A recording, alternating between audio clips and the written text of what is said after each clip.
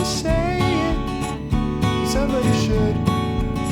Let's talk about tool time. Let's talk about bum wine, yeah. You're asking the questions that nobody could.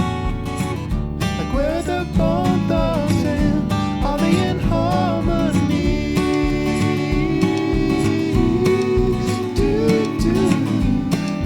Help for Snowman. All right, everybody. Welcome to a show. We have just outside my window, there is a dipshit who rides around on a dirt bike in the little like condominium. Why did I think it was condominium? Condo complex that I live in. And like, it's the loudest little dirt bike. He rides around in it and he like rides around with his kid. And his kid is like on a tiny dirt bike. And this would be like cute and wholesome, except it's so fucking loud and annoying that it's not at all that. It's a nightmare. It's, it's like a living nightmare of just loudness or whatever. But you also feel like if you said something to somebody, they'd be like, oh, he's just out there with his kids or whatever. You know how we have these imaginary conversations in our heads where it's like everybody's just, everyone's a dick except for you? Or like, I don't know, it's sort of like you're the only rational person in the conversation in your brain, but also everyone's treating you as irrational. It's like you're gaslighting yourself in an imaginary scenario. Well, we're back. Sorry, we had a layoff. I'm trying to do better this year. But today's book that we're going to discuss isn't a book at all. It's kind of a book. I don't know. It's a comic book. People get real uptight about this. You know what I mean? They get uptight about like, does an audiobook count as reading? And like, is a comic book a book and all that stuff? And for me, I'm like, those are such silly arguments because I'm like, count for what? Who cares? You know what I mean? When someone's like, I read the book. If they come to the book club and they're like, I read the book and really they listened to the book, I don't care. You know what I mean? As someone who's hosted many book clubs for, career reasons, that makes it sound like I did it to advance my career. My job was as a librarian, so it makes sense that I would host book clubs in my normal job duties, right? As someone who has hosted book clubs as part of normal job duties, I really just wanted people to show up to the book club having read the book. You know what I mean? You know who the worst person is in any book club? It's the person who comes to the book club and they haven't read the whole book, but they've read most of the book. And they don't want you to spoil anything that comes after what they've read. Like, they don't want to hear what the ending is. And I'm like, okay. It's fine if you didn't touch the book and you come to the book club, whatever. You know what I mean? That's my probably second least favorite person. But, some people just come for social stuff. And some people won't read a book here or there because they're like, yeah, it's not my thing. Totally fine. But, then there's the person who read the whole book and wants to talk about the book. Totally fine. But it's the person who's read, or, if someone read half of it and they're like, you know what, I'm not going to finish it. Or if they show up and they're like, you know what, my fault. I came to book club. I should expect that people are going to want to talk about the book in its entirety, right?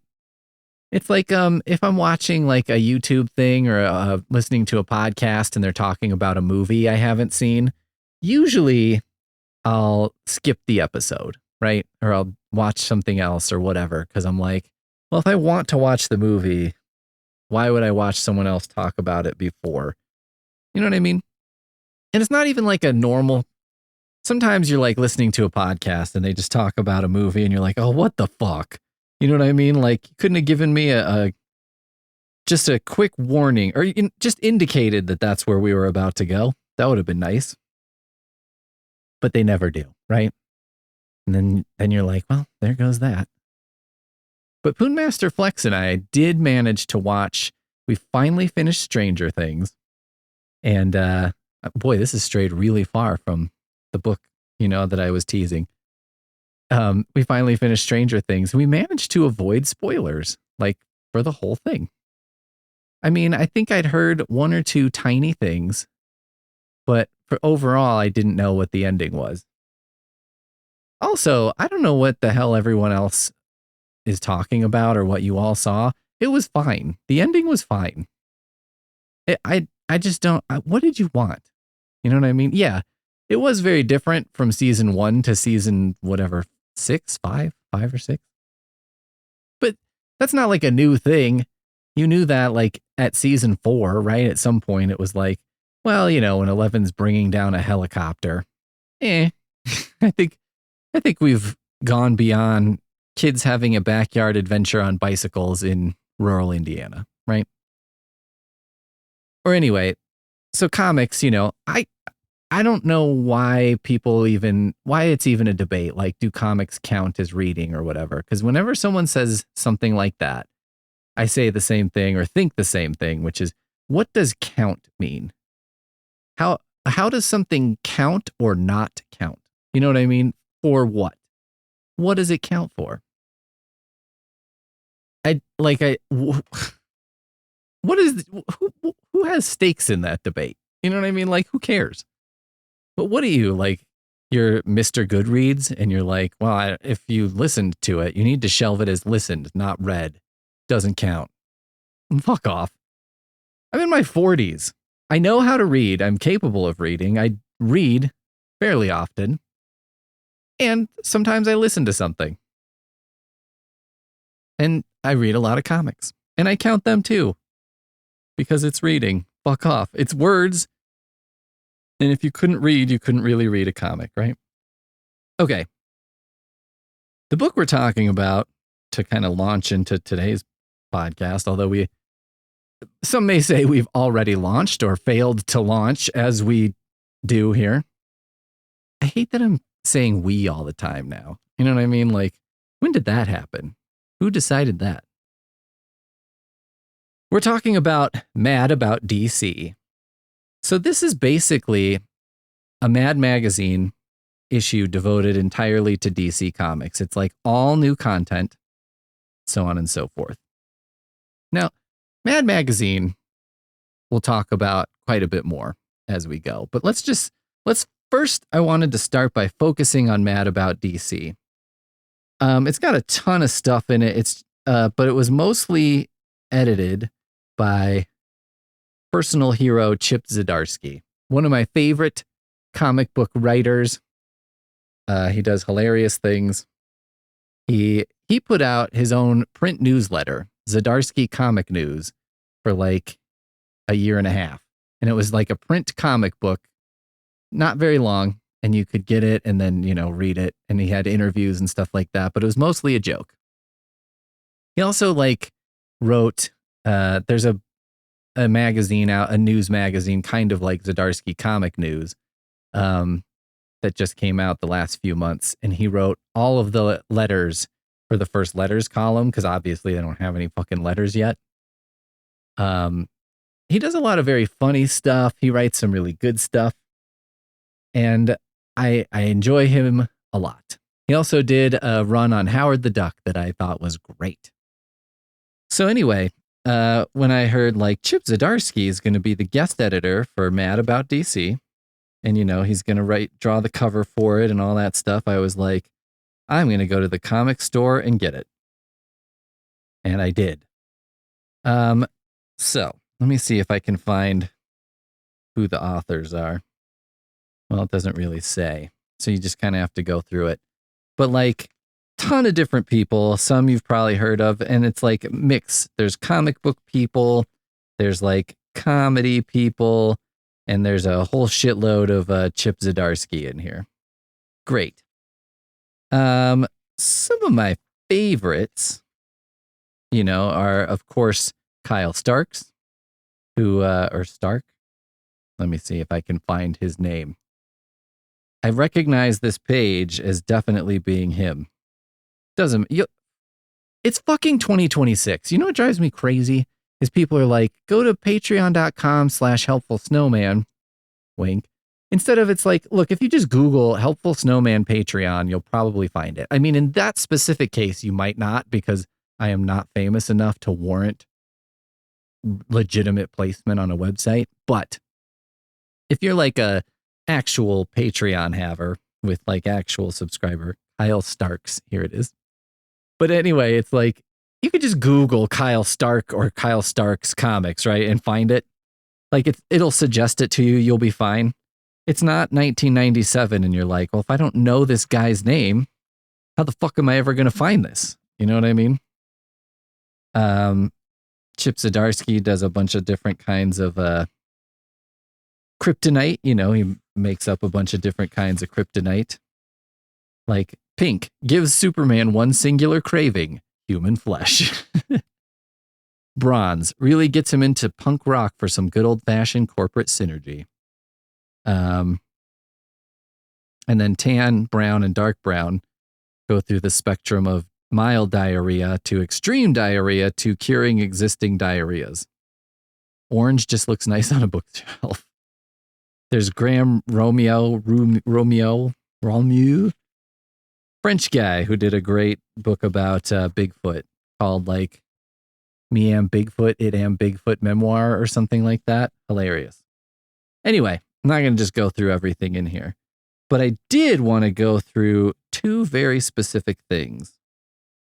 There are two phone numbers in here.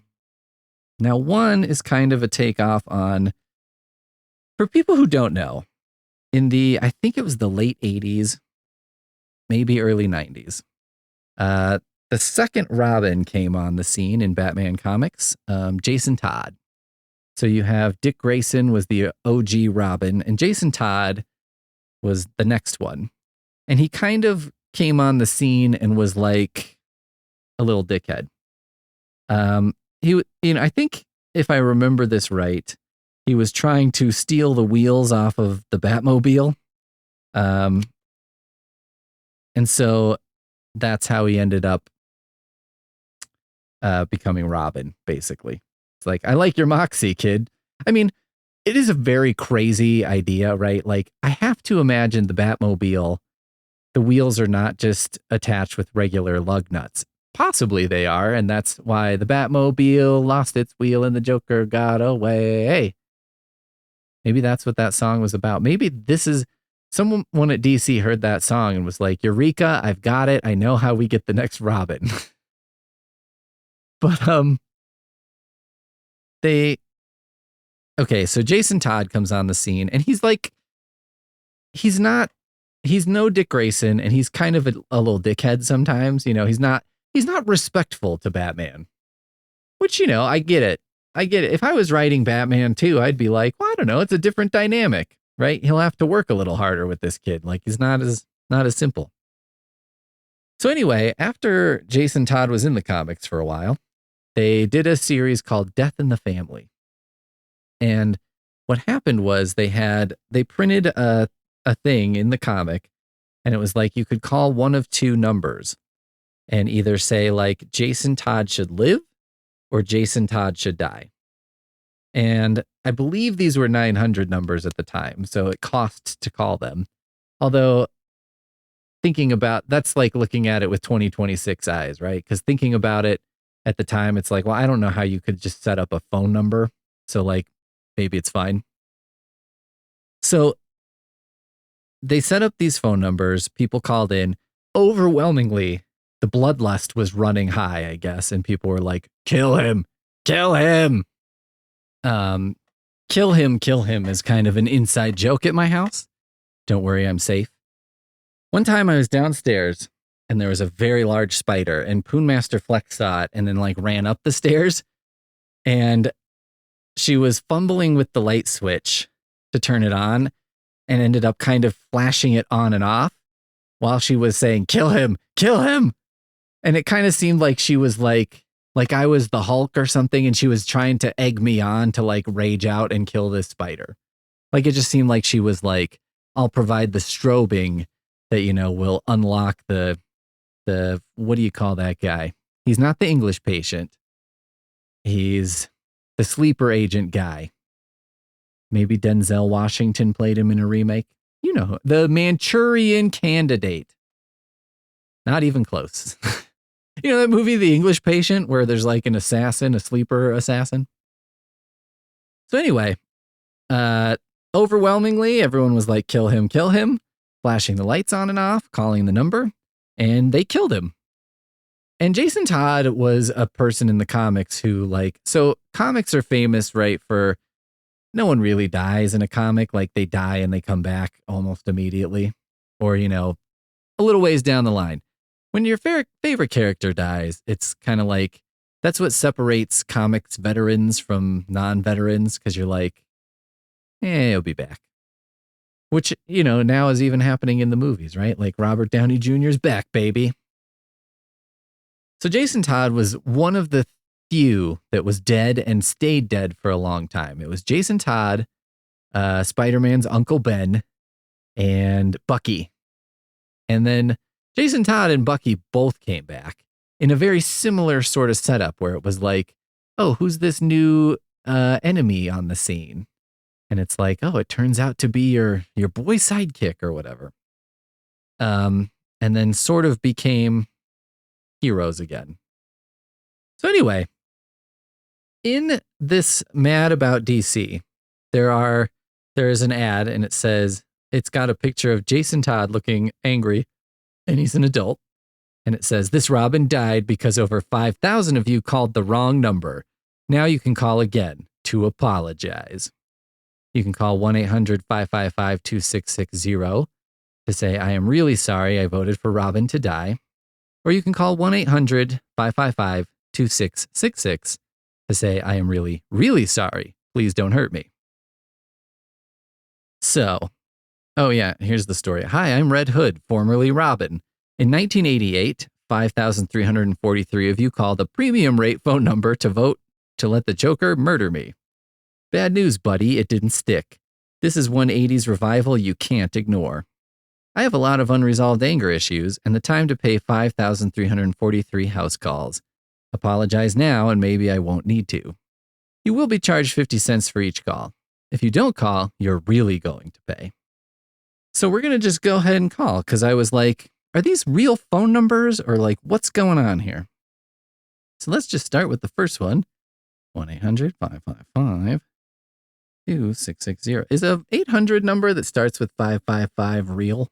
Or is 555 is not real, but if it's 800, just push the button, Peter, and call, and we'll see. Oh, boy, that's loud. Hello? Hello? Oh, wait, who are you trying to reach? Not a recording? Sorry, wrong number. Bye. Well, that was disappointing. All right, let's try the other one. 1-800-555-2666.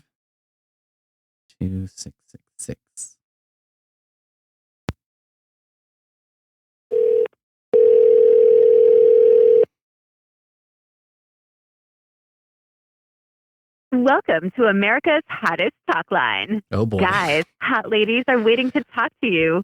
Press 1 now. Ladies, to talk to interesting and exciting guys free. Press 2 to connect free now.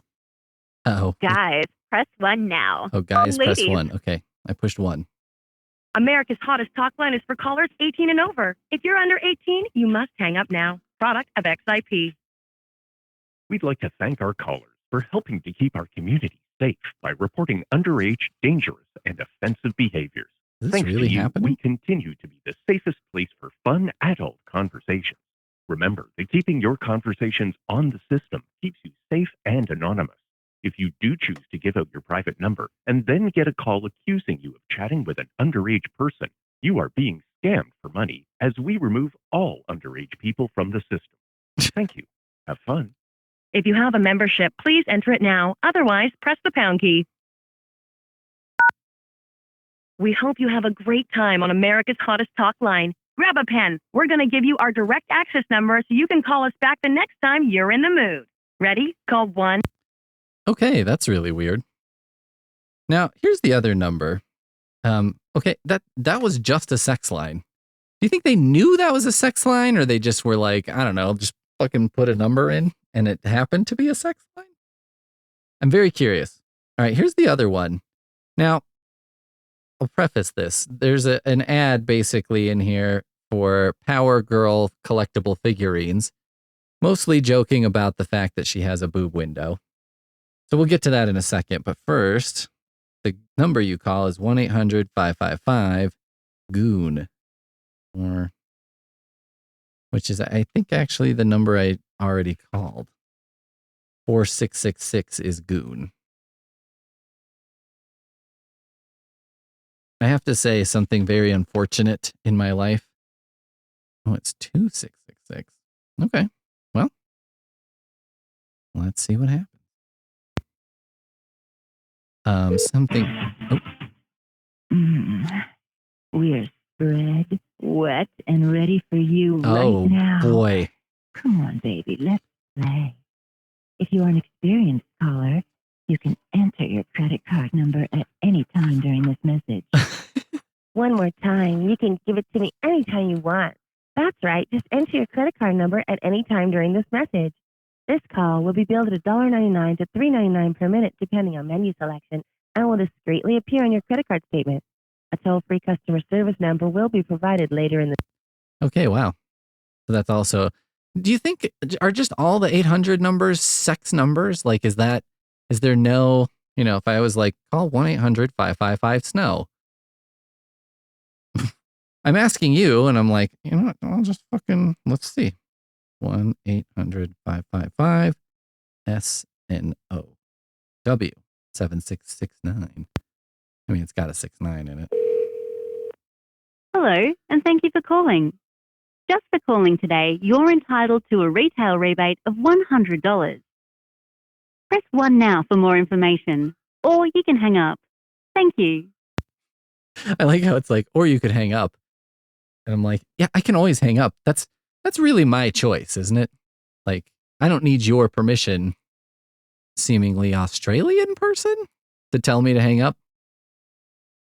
Also, I'm entitled to a rebate for what? I don't even know.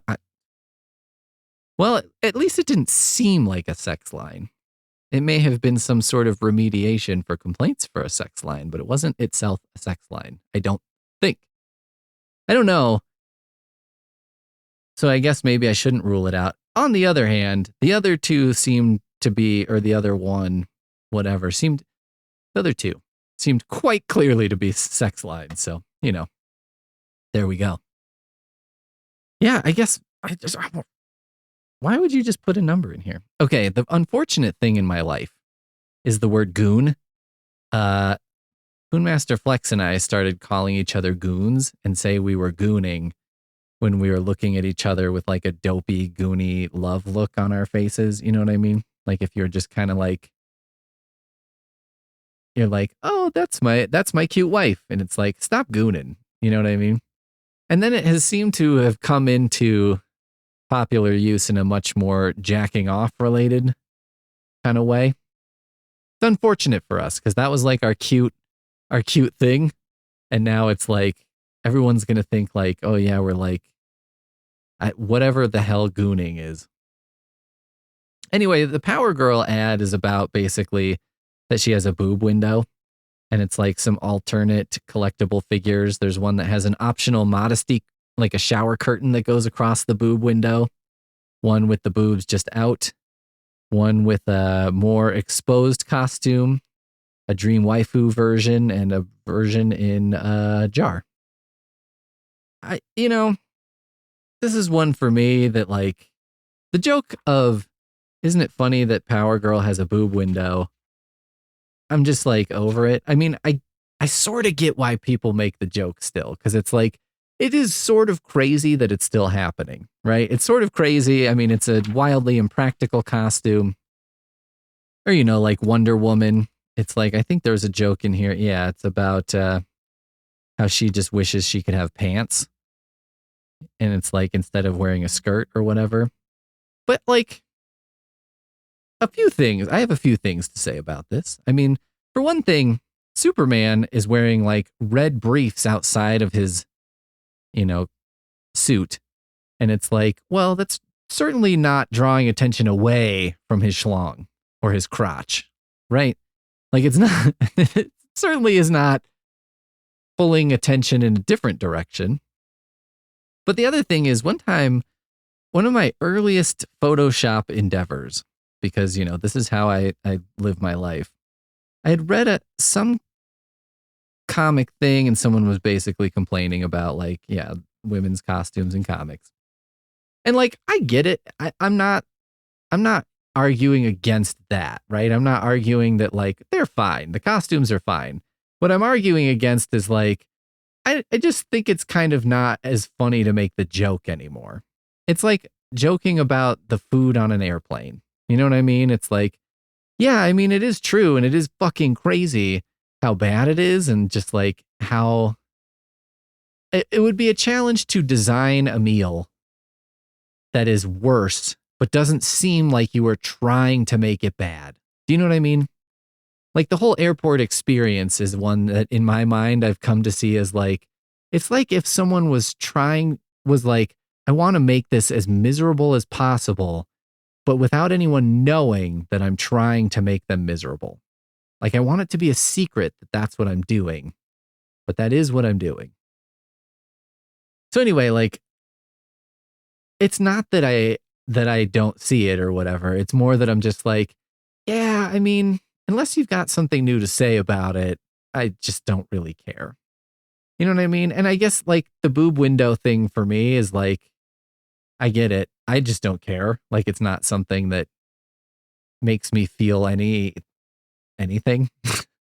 I don't feel anything anymore. I don't really have human emotions these days. So like saying that Power Girl's boob window doesn't make me feel anything isn't like a big revelation or anything. It's just like another thing on the list of things that maybe make somebody feel something, but not me. But anyway, yeah, I just, one of the first Photoshop endeavors I ever did was I took Superman, a Jim Lee drawn Superman, and basically took his costume and just made it all flesh colored. And it's like, you can see from the shading and stuff that he does and like how tight and how muscular, how much it shows off his body.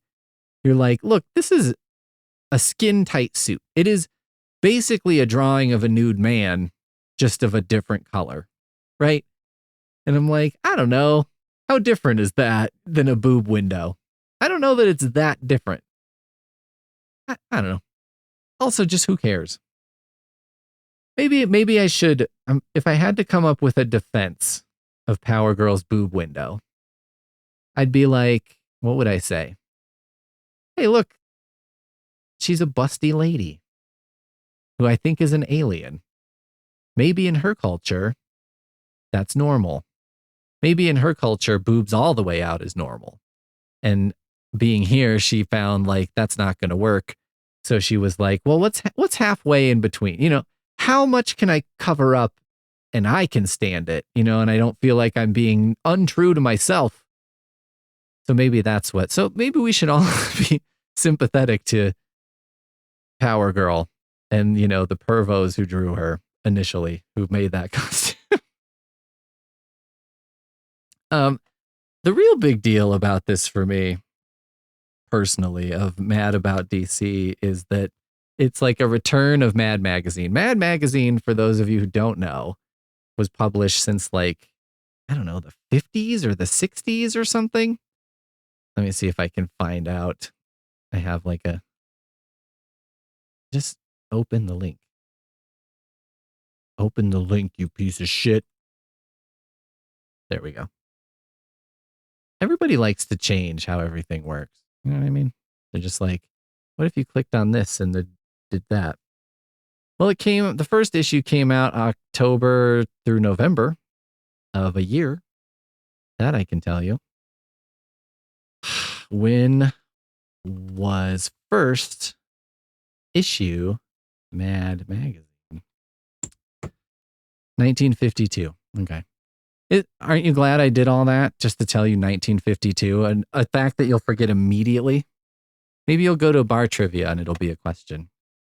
So it published starting in 1952, and then I think it kind of ran its course and ended like in 2019 or something like that. Which is, I mean, that's a crazy run, right? I'm trying to see if there was a break in there, but I don't think there was a break between 1952 and 2019. That's pretty amazing. But it did go away, and it made me sad because I felt like trying to write something that appeared in Mad Magazine would be a good goal for me. You know what I mean? Like that would be something that I was like, that would be a feather in my cap that I would really appreciate that I don't know if anyone else would. Because like when I was a kid, Mad Magazine was the shit, right? Like I read so much Mad Magazine. I was so into it. Even though I decided to look back and just see like what was on the covers, like what were they talking about in Mad Magazine when I was reading it, right? And so I was looking, and these are from when I was like probably 9 years old. And there's like one with Alfred E. Newman as basically Axl Rose. There's the Addams Family and Home Improvement are the subjects of the next one from June of that year, which, okay, those are things that I probably like knew about, right? Then we skip to like October 1992. And apparently there was a parody of the movie Basic Instinct, which is definitely not a movie that I saw.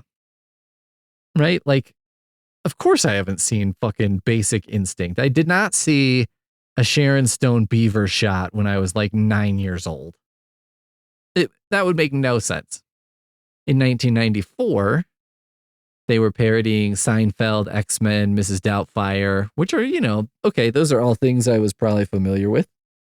But then there was, the cover is of, if you remember Howard Stern's book, Private Parts, and it's kind of him sort of naked with the title covering up his schwang.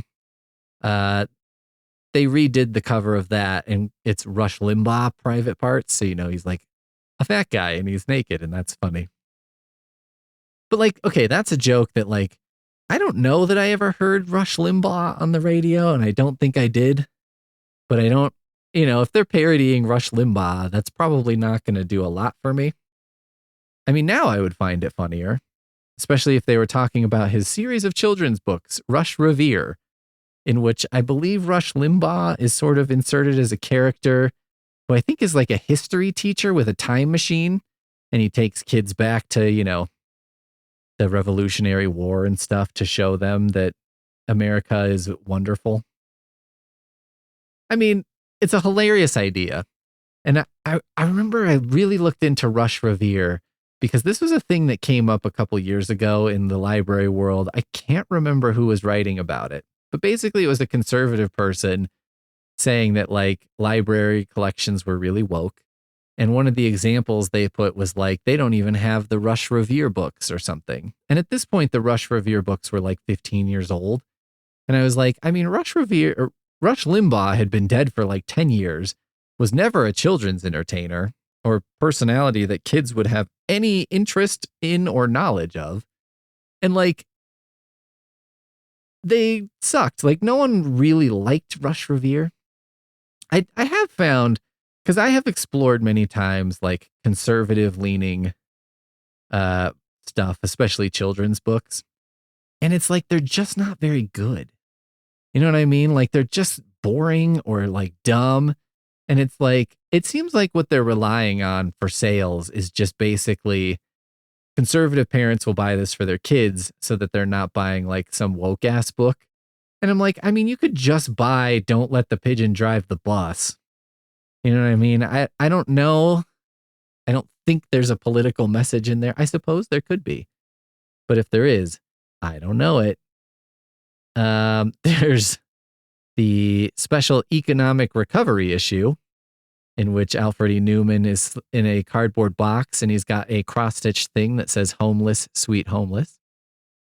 It's at times you could certainly accuse Mad Magazine of being cruel or, you know, like, I don't know.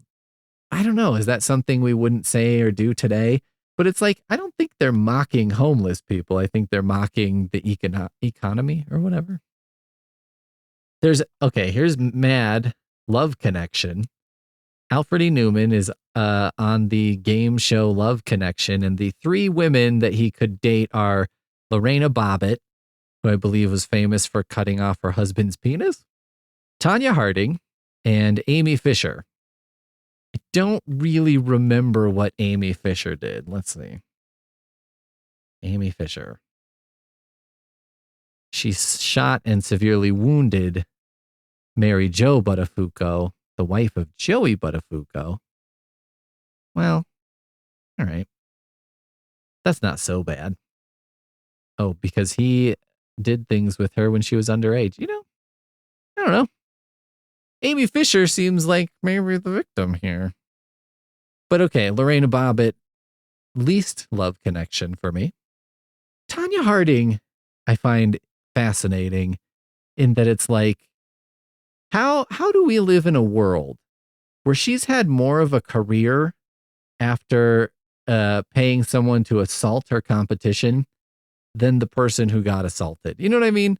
That's like the unfairness of the world we live in, is it's like there's, I believe, more than one movie about Tanya Harding. Tanya Harding was played by that Margot Robbie, right? Like America's sweetheart. And just like, I get it on the level of like, well, that's an interesting story. And I don't know if Nancy Kerrigan's story isn't it. Listen to me talking about, that's a thing in my brain, right? I keep thinking like, as I age, crossword puzzles are going to get easier and easier. Because if there's like the person who was assaulted by Tanya Harding, and you'll be like, oh, Kerrigan, I know who that is. I know how to spell it. And I'm like, it'll be sort of ironic because like, as I'm older and I would have more time to spend on a crossword, they should get easier, right? Because like people from my generation will be writing them. So it won't be like old timey bullshit that it's like the Buster Keaton film in which whatever. And you're like, oh, fuck off with that. Here's one called the Clint Stones. It's like a crossover of the Flintstones and the Clintons with Al Gore and so on. I don't know how that works, but I'm intrigued. I am intrigued. Oh boy. In November of 1995, they tackle gangsta rap. Yikes. Wonder how that goes.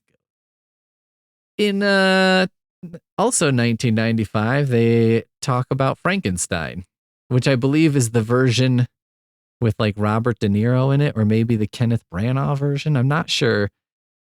In the movie Quiz Show and the Republican contract, parentheses, it sucks. In the middle of all those is hockey, which, okay, and comic book fans, which I'm like, okay, that I would know. The next one has Interview with the Vampire, The X-Files, and Pulp Fiction. Here's what I'm getting at. Like, I was 11 or 12 when I was like reading these. What was I getting out of this? You know what I mean? 1996, I remember we had this one. It has Alfred E. Newman snowboarding. And one of the things on the front is militia crackpots, stupid as hell. And I'm like, all right. Like, what would I have known about militias when I was 12? I mean, that's a crazy, crazy idea. You know what I mean? It just, I've been wondering as I look back at these, what was I getting out of this at that age? You know what I mean? Who is the intended audience for Mad Magazine? Like, it kind of seems like it was kids, but that's my memory, right? My memory of it was like kind of part of the whole feeling of like Nickelodeon and like adults are dumb and like don't listen to kids and like kids have our own stuff now. But as I'm looking at this, I'm like, this seems like it's for like 25-year-olds. You know what I mean? Who like know things about stuff. Yeah, it's just fascinating.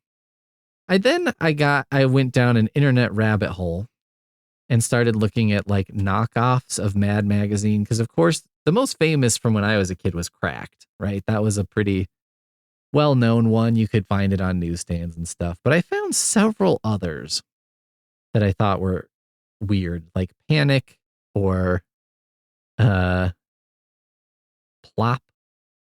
A lot of these seemed very sexual, by the way. Like, you know, they had a lot of like nudity in the on the covers or like inside or whatever.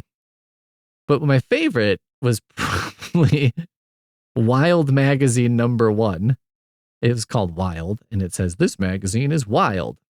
On the cover is a whole group of people. There's like a biker and sort of a flower child and a surfer dude and like a beauty queen and just an artist looking guy and a guitar player. And they're all running in a big cloud of smoke. You know what I mean? Towards a guy who I guess is from the 20s or something, who's waving a flag that says 23 Skidoo.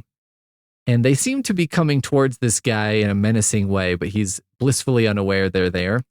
And the cover just says, "The hippies are coming." I just thought this was so fucking funny because I was like, what the fuck is 23 Skidoo? You know what I mean? And like, who are we? Okay, 23 Skidoo. Early 20th century American slang phrase meaning to make a quick exit, clear out, or beat it. So like, I'm going to 23 Skidoo. The exact phrase is widely debated, but here are some of the theories. One prevalent story suggests that the winds whipping around the corner of New York's Flatiron Building would cause a woman's skirt to fly up.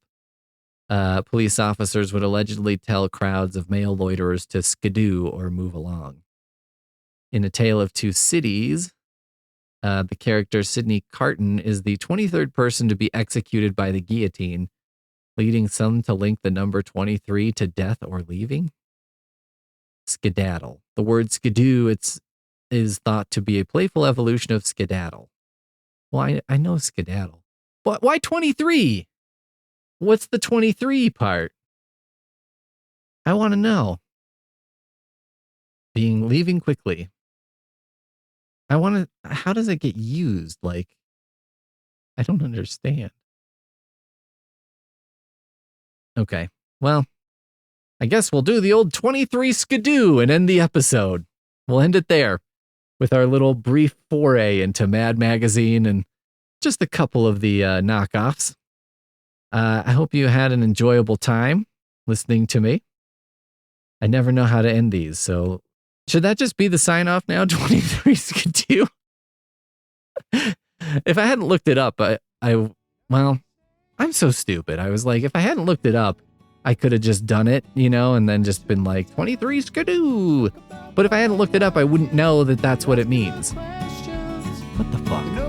All right, we'll see you next time. Like where the